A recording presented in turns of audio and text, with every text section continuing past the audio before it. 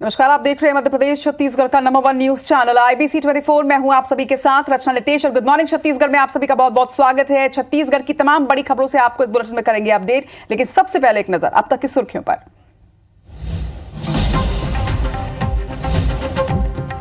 तेलंगाना में 119 विधानसभा सीटों पर वोटिंग जारी, कई दिग्गजों ने किया मतदान। 3 दिसंबर को प्रत्याशियों की किस्मत का होगा फैसला।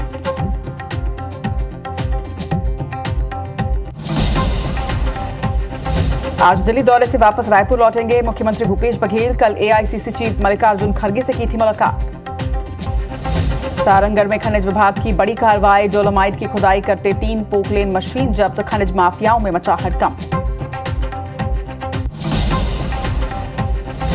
रायपुर पहुंची भारत और ऑस्ट्रेलिया की क्रिकेट टीम, आज दोनों टीमें करेंगी नेट प्रैक्टिस। कल होगा मुकाबला, सीएम भूपेश बघेल भी देखेंगे T20 मैच। बीजापुर के गंगालूर में सुरक्षा बलों को अहम कामयाबी, हत्या, मारपीट, अपहरण और लूट की घटना में शामिल रही महिला नक्सली गिरफ्तार। जिले के कुटरू से भी एक और नक्सली की गिरफ्तारी।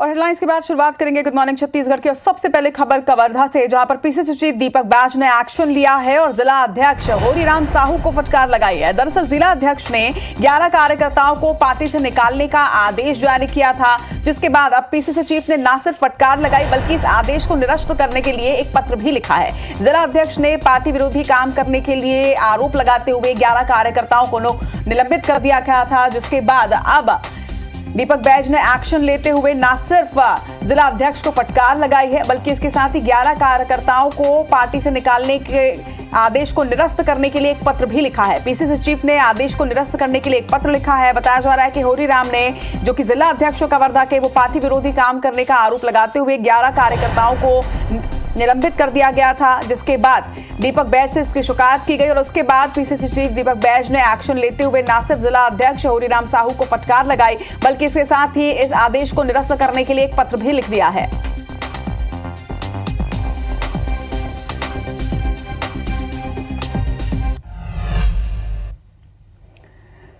छत्तीसगढ़ में मतदान के बाद अब काउंटिंग में भी भाजपा के राष्ट्रीय नेताओं की नजर रहेगी। जी हां, वोटिंग के बाद मिल रहे फीडबैक के आधार पर इस बार भाजपा और कांग्रेस के बीच कड़ी टक्कर नजर आ रही है और इसे देखते हुए भाजपा के वरिष्ठ नेताओं ने सभी प्रत्याशियों को काउंटिंग में सतर्कता बरतते हुए एक-एक वोट पर नजर रखने के निर्देश दिए हैं। साथ ही उन्होंने निर्वाचन कार्य में लगे संदेही अफसरों की एक लिस्ट बनाकर उनकी शिकायत निर्वाचन आयोग से करने के लिए भी कहा है। इस पर एक खास रिपोर्ट।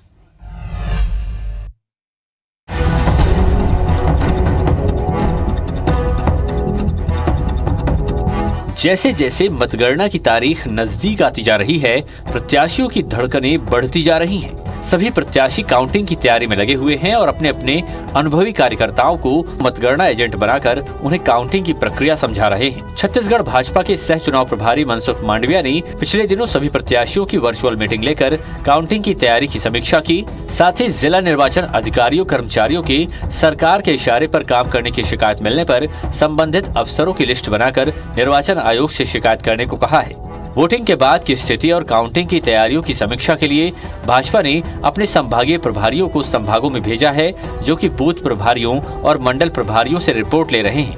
तो रणनीति का ही तो हिस्सा ही है कि सब प्रकार से काउंटिंग में टेबल में अंतिम लड़ाई होती है और जो टेबल की लड़ाई है गणना की, उसमें हमारे कार्यकर्ता मुस्तैद रहें, सतर्क रहें।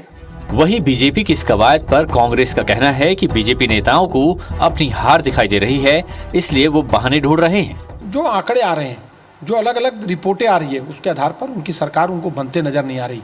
इसीलिए निर्वाचन में जो आरओ लगे हैं, जो ड्यूटी में लगे हैं, उनके खिलाफ दबाव बनाने का प्रयास, अलग अलग जगह उनके खिलाफ कंप्लेन करना, शिकायत करना निर्वाचन से, ये उनके सिस्टम का काम है। चुनाव में पूरी ताकत झोंकने के बाद अब काउंटिंग में भी भाजपा और कांग्रेस दोनों ही पार्टियां कोई कसर बाकी रखना नहीं चाहती, क्योंकि सवाल सत्ता का है। राजेश मिश्रा, IBC 24, रायपुर। छत्तीसगढ़ में चुनाव नतीजों से पहले सियासी दलों की ओर से जीत के अपने अपने दावे भी किए जा रहे हैं। बीजेपी के प्रदेश चुनाव प्रभारी ओम माथुर ने छत्तीसगढ़ में चौंकाने वाले नतीजे आने की बात कही तो उनके इस बयान पर कांग्रेस ने भी पलटवार किया है।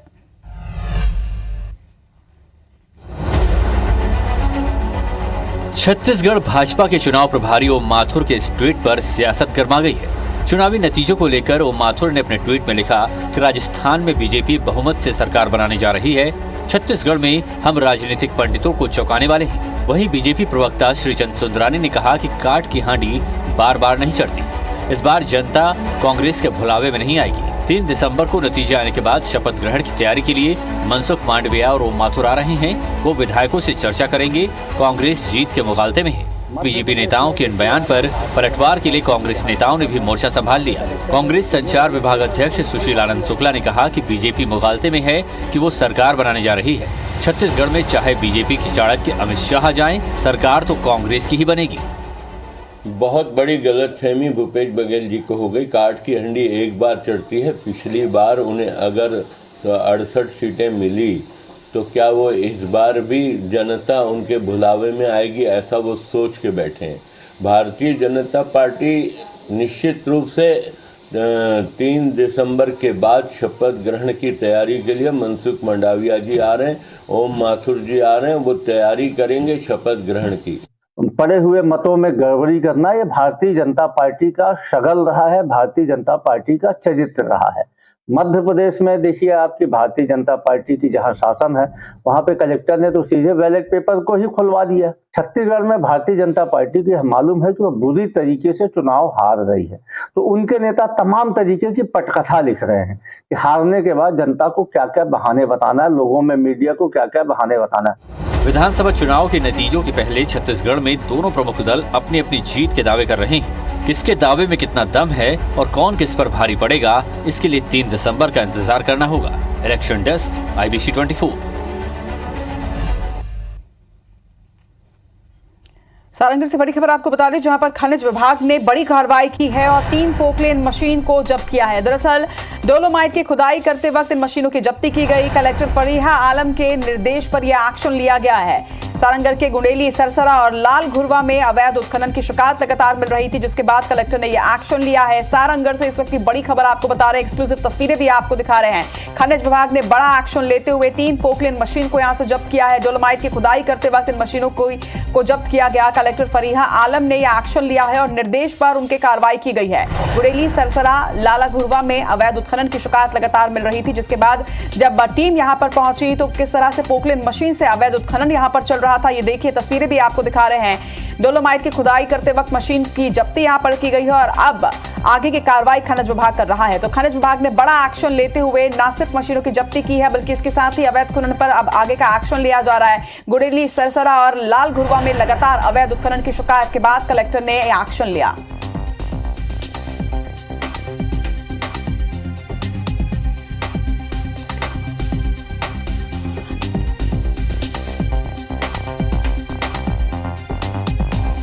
तो सारंगढ़ की ये तस्वीरें हैं। आपको बता दें कि प्रदेश के अलग अलग क्षेत्रों में लगातार अवैध उत्खनन की शिकायतें मिल रही हैं और इसी अवैध उत्खनन पर, रेत माफियाओं पर अब देखिए किस तरह से एक्शन यहां पर लिया गया है। सारंगढ़ से बड़ी खबर है, जहां पर कलेक्टर के आदेश पर यह एक्शन लिया गया और खनिज विभाग ने एक्शन लेते हुए बड़ी कार्रवाई की है। डोलोमाइट की खुदाई करते वक्त पोकलेन मशीन को जब्त किया गया। इसके साथ ही अब आगे की कार्रवाई की जा रही है। एक्सक्लूसिव तस्वीरें सारंगढ़ की आपको दिखा रहे हैं। लगातार शिकायतों के बाद यह एक्शन लिया गया है। गुंडेली, सरसरा और लाल घुरवा, ये वो 3 जगह है जहां पर लगातार अवैध उत्खनन की शिकायत मिल रही थी। मेघनाथ भारती हमारे सहयोगी इस वक्त हमारे साथ जुड़ रहे हैं। मेघनाथ, एक्शन पर अपडेट दीजिएगा। जी बता दो, जो गुंडेली टीमा लगा क्षेत्र है वहाँ लगातार अवैध उत्खनन की शिकायतें लगातार मिल रही थी, जिस पर कलेक्टर, सारंगढ़ कलेक्टर फरीहा आलम ने निर्देश किया खनिज विभाग को। खनिज विभाग के अधिकारियों ने वहाँ पर जाकर ताबड़तोड़ कार्रवाई करते हुए 3 जो पोकलेन है मशीन है उसको जब्त किया है। आपको बता दी, पोकलेन नरेंद्र पटेल, उग्रसेन साहू, आलोक अग्रवाल नामक व्यक्तियों की बताई जा रही है। इसका कार्रवाई के बाद से जो खनिज माफियाओं उसमें हड़कंप मच गया। मेघनाथ, यहाँ से मशीनों को तो जब्त किया गया है, इसके साथ ही कुछ गिरफ्तारी भी क्या खनिज विभाग ने की है?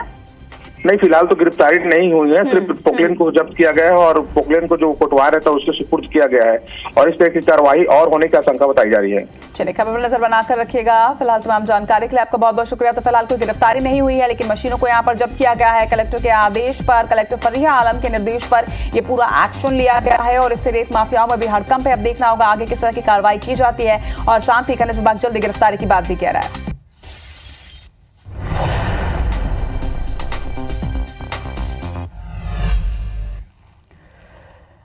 तो छत्तीसगढ़ में दूसरे राज्यों से धान तस्करी रोकने के लिए प्रशासन ताबड़तोड़ कार्रवाई कर रहा है। महासमुंद में पुलिस ने उड़ीसा से होने वाले धान तस्करी को लेकर बड़ी सफलता भी हासिल की।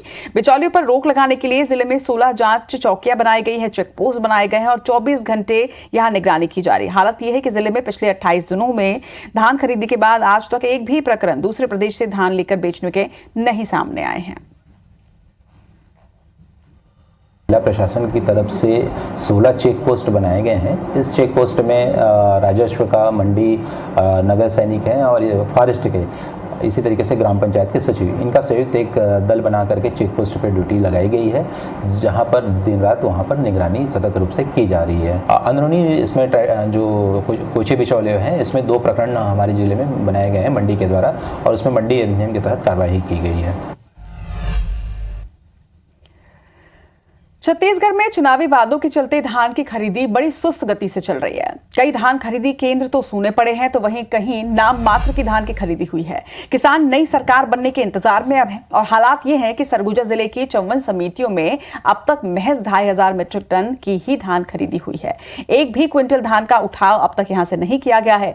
जिले में अब तक महज 608 किसानों ने ही धान की बिक्री की है। तो उधर मनेन्द्रगढ़ की तस्वीर भी कुछ अलग नहीं है। मनेन्द्रगढ़, चिरमिरी, भरतपुर में अब तक 496 क्विंटल धान की खरीदी अब तक हो सकी है। वहीं भरतपुर ब्लॉक में किसी भी समिति में अब तक धान की आवक नहीं हुई है।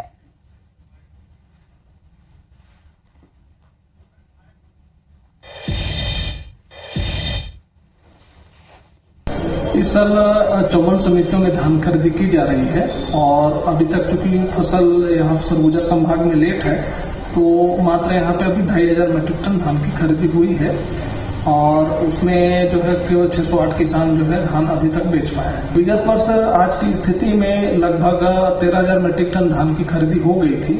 3500 किसानों ने धान बेचा था और धान उठाव भी प्रारंभ हो गया था।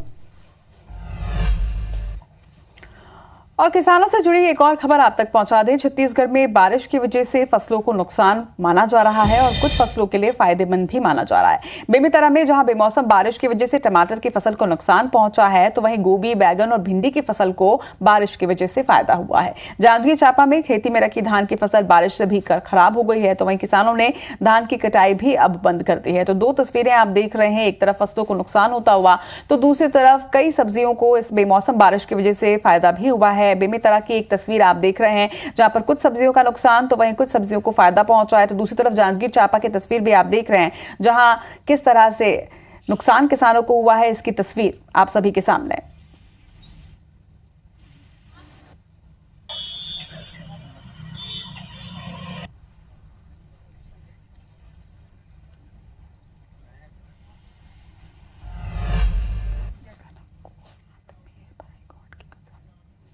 बेमौसम से किसानों को बहुत परेशानी हो रही है और खेत में जैसे धान है, धान के खेत में हार्वेस्टर नहीं जा पा रहे हैं। और वहीं देखे जाए तो सब्जी की खेती है, तो खेती के लिए पानी कारगर सिद्ध है कि नुकसान है। हमारे साथ किसान हैं, किसान से हम जानना चाहेंगे, बेमौसम बारिश हुई है उससे क्या फसल को नुकसान हुई है सब्जी भाजी में? कैसे सियान का नुकसान है, का चीज़? टमाटर को नुकसान है, पूरा नुकसान टमाटर में। हाँ, ब्लास्ट लगे हैं। हमारे साथ और कुछ किसान हैं, उनसे जानना चाहेंगे कि बारिश जो हुई है उससे खेतों में क्या परेशानी हुई है और सब्जी की खेती में खासकर क्या हुआ है, इनसे जानना चाहेंगे। टमाटर के पूरा फूल झड़ गए सर और पूरा ब्लास्ट लग गए हैं, दवाई काम नहीं करे। बहुत प्रकार के नुकसानी है, बहुत प्रकार की बीमारी। का खेती करत हो सब्जी में? भाटा, भिंडी, टमाटर, मेथी। तो मेथी के फसल कैसे है? वो पूरा सो गए सर पानी में। कतक नुकसान हुआ?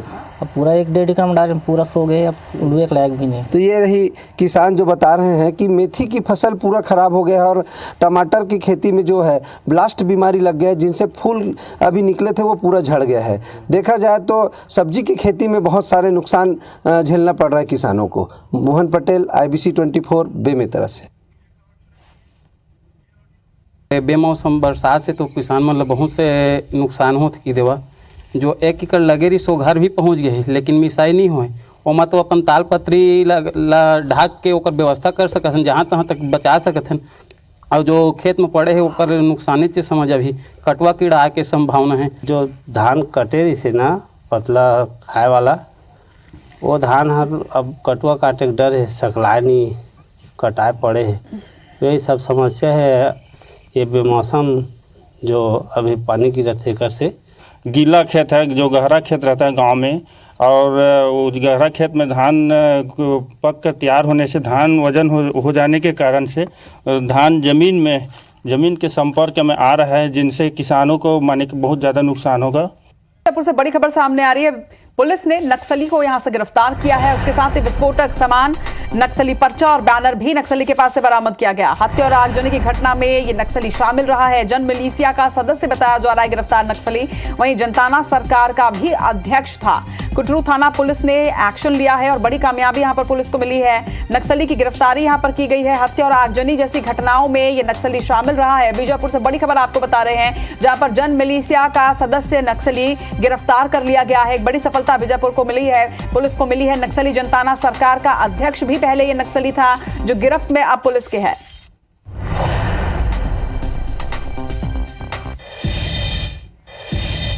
इधर जशपुर में नाबालिग छात्रा के अपहरण मामले में पुलिस को बड़ी सफलता मिली है। पुलिस ने नाबालिग छात्रा को 3 घंटे के अंदर सकुशल बरामद कर लिया है। बताया जा रहा है कि आरोपी युवक छात्रा को लोखंडी से 5 किलोमीटर आगे एक जंगल में छिपाए हुए था, जिसकी सूचना पर पुलिस ने जंगल में घेराबंदी की और उसे वहां से बरामद कर लिया। फिलहाल पुलिस ने आरोपी को गिरफ्त में ले लिया है और जेल भेज दिया है। वहीं उप पुलिस महानिरीक्षक और वरिष्ठ पुलिस अधीक्षक जशपुर ने सफलता हासिल करने वाली पुलिस टीम के लिए 5,000 रुपए नगद इनाम देने की घोषणा भी की है। आपको बता दें कि आरोपी युवक ने कार से छात्रा का अपहरण किया था। छात्रा सहेली के साथ स्कूल से घर लौट रही थी और तभी कार सवार युवकों ने घटना को अंजाम दिया था। थाना कोतवाली जसपुर के लोखंडी ग्राम से सूचना आई कि एक नाबालिग बच्ची जो स्कूल के लिए घर से निकली थी, उसका अज्ञात वाहन सवारों के द्वारा अपहरण कर लिया गया है, जिसमें जसपुर पुलिस ने तत्काल टीम गठित करके कार्रवाई आरंभ की। पुलिस ने जो है 3 घंटे में ही बच्ची को बरामद कर लिया है और आरोपी को भी जो है गिरफ्तार करने में सफलता मिली है। वरिष्ठ पुलिस अधीक्षक के द्वारा पूरी टीम को 5,000 रुपये का नगद इनाम का जो है घोषणा किया गया है। रायपुर के पुरानी बस्ती से लाखीनगर चौक तक चल रहे रायपुर नगर निगम के डामरीकरण कार्य में एक बड़ी गड़बड़ी की आशंका है। आपको बता दें कि डामरीकरण के 3 दिन में ही सड़क पूरी तरीके से अब उखड़ने लगी है। नगर निगम के हफ्ते भर के अंदर ही इस इलाके में एक के ऊपर एक डामर की 2 कोट सड़क बनाई गई, जिसमें गिट्टियां उखाड़कर पूरी तरीके से सड़क पर ही बिछ गई हैं। नई बनी सड़क में कच्ची सड़क की तरह धूल भी उड़ रही है और टायर में दबकर गिट्टी उछलकर लोगों को भी चोट पहुंचा रही है। पार्षद समय स्थानीय लोगों ने गड़बड़ी का आरोप लगाते हुए इस मामले में जांच कर ठेकेदार पर कार्रवाई की मांग की।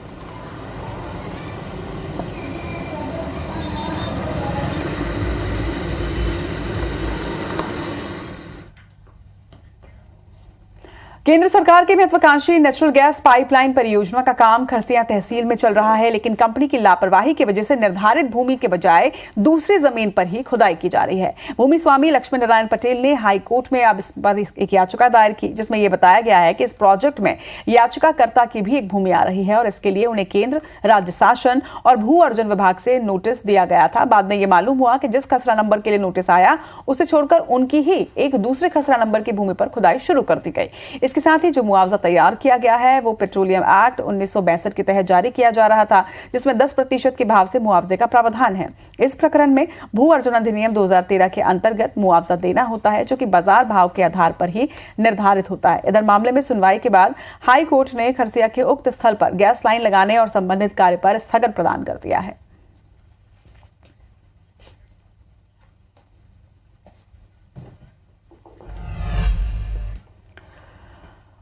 और मौसम के हाल अब आपको बता दें, मिचोंग तूफान का असर छत्तीसगढ़ पर भी पड़ने वाला है। बस्तर, रायपुर, दुर्ग और बिलासपुर संभाग में इस तूफान का असर देखा जाएगा। 3 और 4 दिसंबर को मौसम बिगड़ने की पूरी संभावना जताई जा रही है। 3 दिसंबर को बस्तर संभाग में असर इस तूफान का नजर आएगा। 4 दिसंबर को रायपुर, बिलासपुर, दुर्ग संभाग में बारिश की संभावना जताई जा रही है। तो अंडमान सागर के ऊपर निम्न दबाव का क्षेत्र बना है और इसका असर जो है वो अब आप देखिए अब राजधानी में भी नजर आने वाला है। मिचोंग तूफान का असर छत्तीसगढ़ के कई क्षेत्रों में देखने को मिलेगा। 3 दिसंबर को जहां बस्तर संभाग में तूफान का असर सामने आ सकता है, तो वहीं मिचोंग तूफान 4 तारीख को रायपुर, बिलासपुर और दुर्ग में भी बारिश की संभावना बना रहा है। तो मिचोंग तूफान का असर छत्तीसगढ़ के कई हिस्सों में देखने को मिलेगा। 3 और 4 दिसंबर को माना जा रहा है कि प्रदेश के कई हिस्सों में बारिश हो सकती है।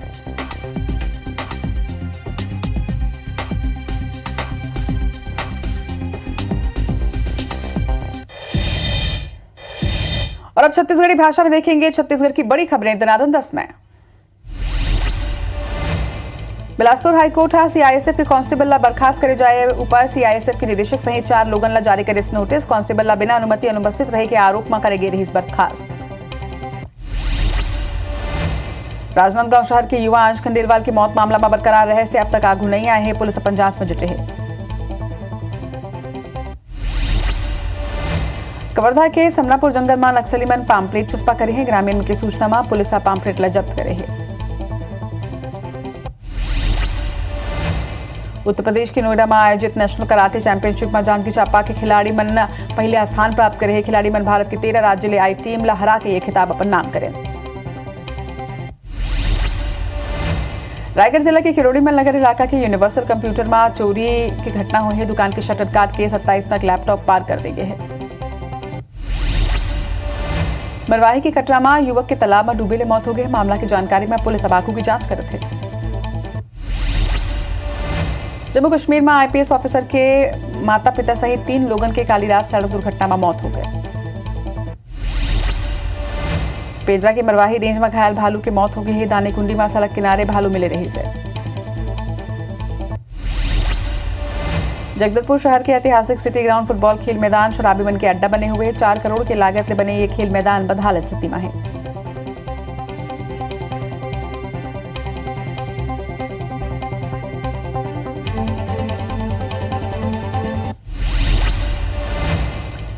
पांच राज्यों का एग्जिट पोल विधानसभा चुनाव के नतीजों से पहले क्या कहती है सर्वे रिपोर्ट। IBC 24 पर आज शाम 5 बजे से लगातार महा एग्जिट पोल सिर्फ IBC 24 पर।